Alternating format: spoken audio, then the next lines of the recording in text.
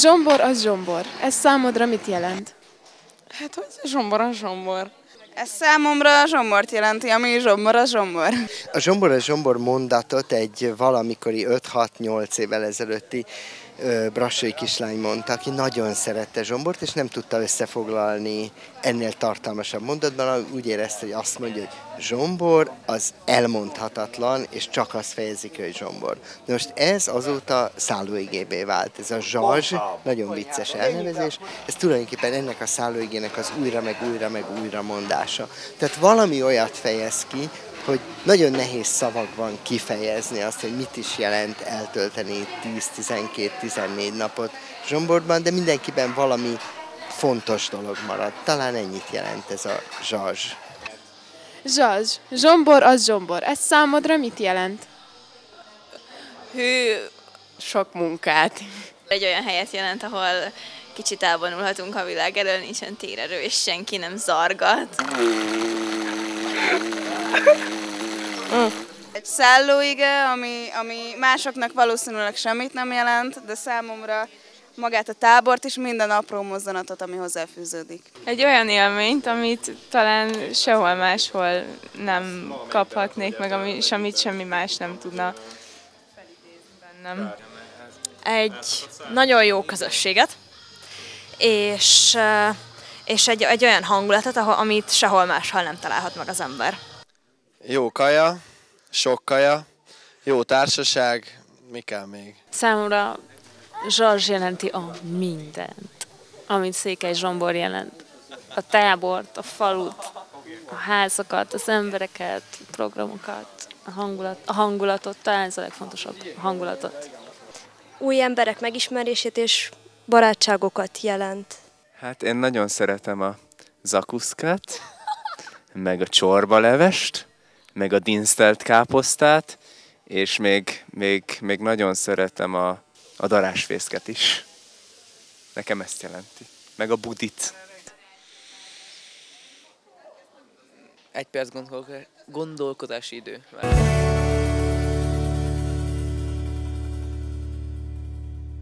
Hát ez olyan zsazs, nem tudom, definiálatlan fogalom.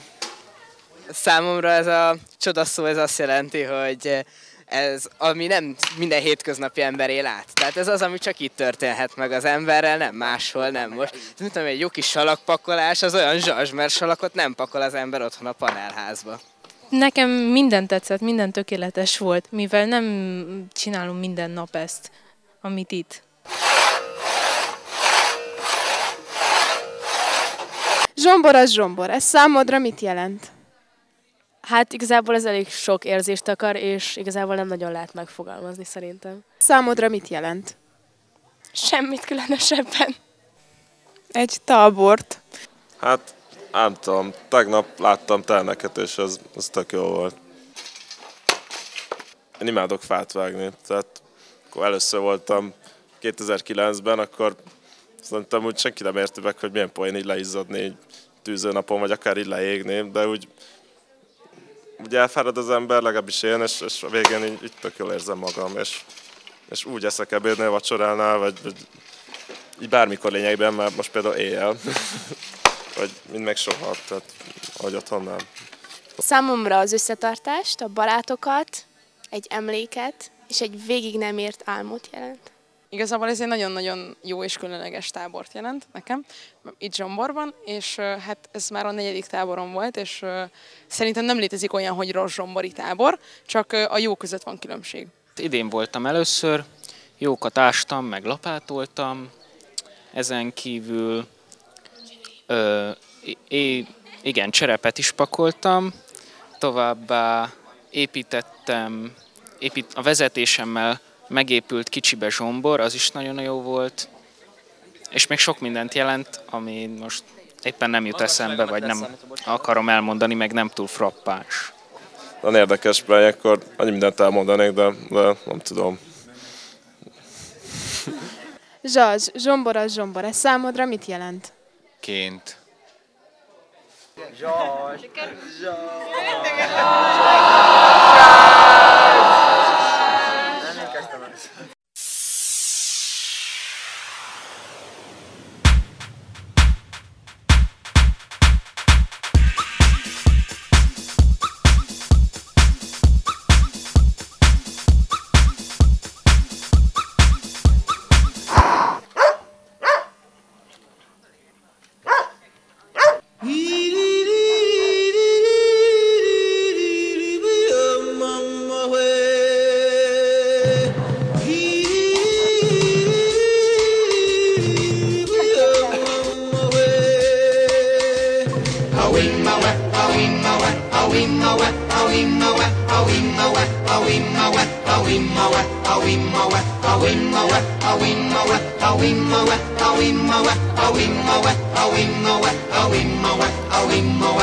In the jungle, the mighty jungle, the lion sleeps tonight.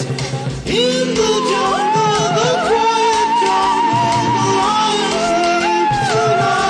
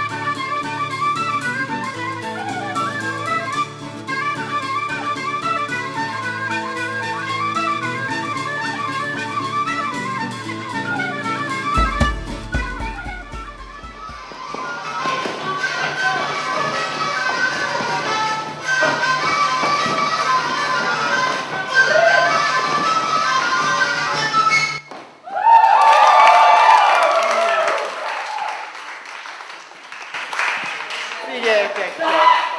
Köszönjük meg az Istvánnak!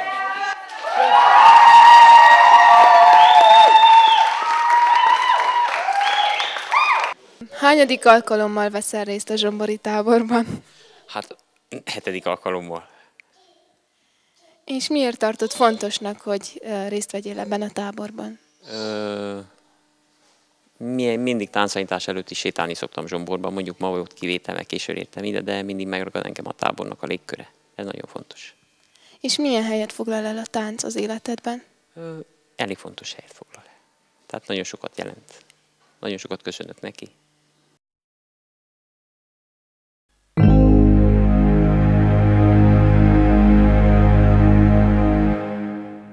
Áprili Lajos az iskolánk névadója, és ma is úgy látom őt, mint aki emblematikus, jelképes alakja az erdélyi magyar költészetnek.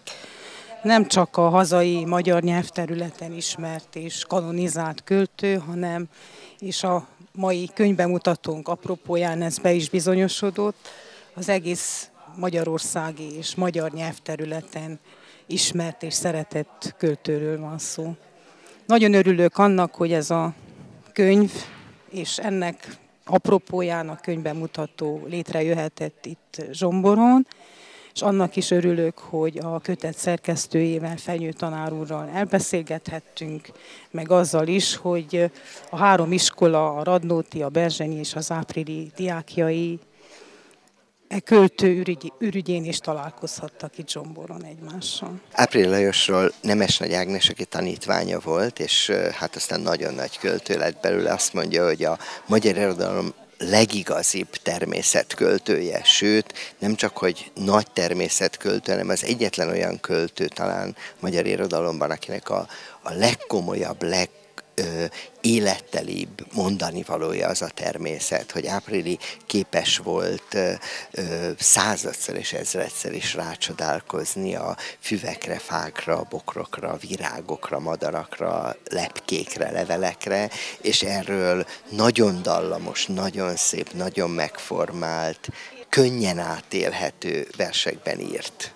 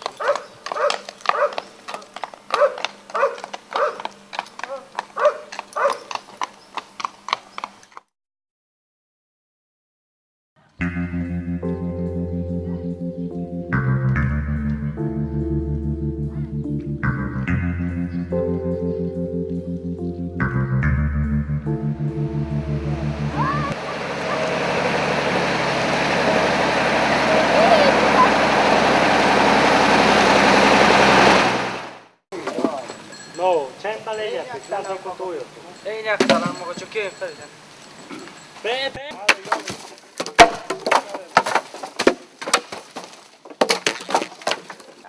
Mennyibe telik egy ilyen kupnak az elkészítése?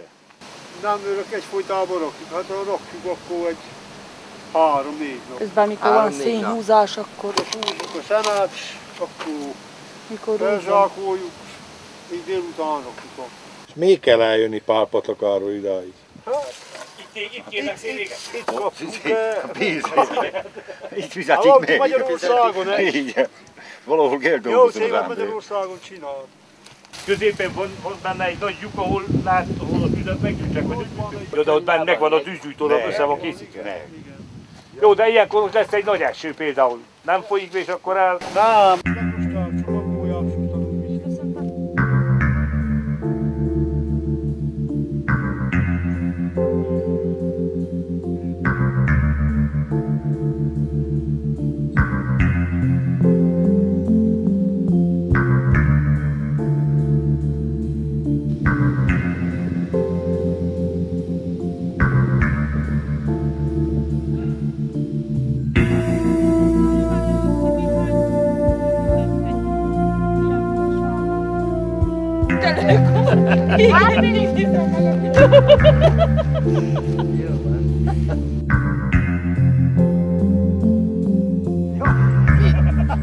Magyarok is dolgozni. Én onnan jövök ember.